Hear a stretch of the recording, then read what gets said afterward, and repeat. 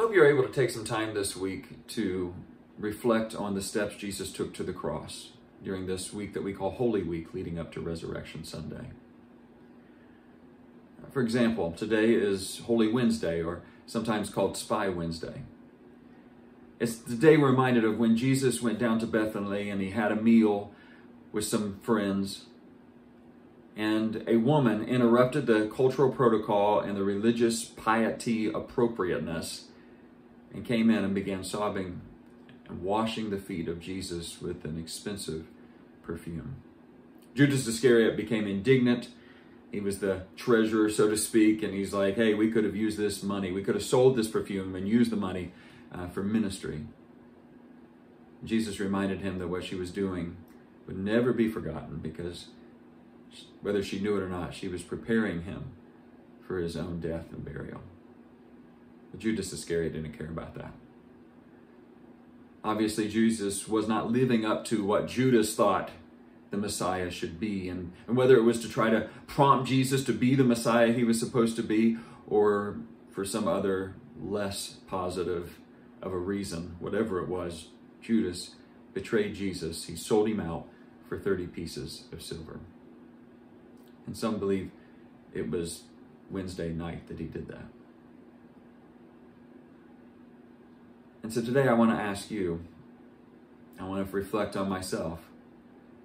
What am I willing to sell Jesus out for? What do I betray Jesus for? It's what Pastor Noah was talking about this past Sunday. What am I allowing to take priority, have a float in my parade that doesn't include Jesus? It's about getting honest with ourselves and God about what is in our lives that we have allowed to take priority over Jesus and his kingdom ruling in our lives. For Judas, it was 30 pieces of silver. And whatever it is that we sell Jesus out for, that we betray Jesus for, I can tell you it's worth about as little as Judas betrayed Jesus for, right? And so today is a good day to let God just search our hearts and our minds and say, Lord, what is shoving you to the margins? What's keeping you from being the center of my life?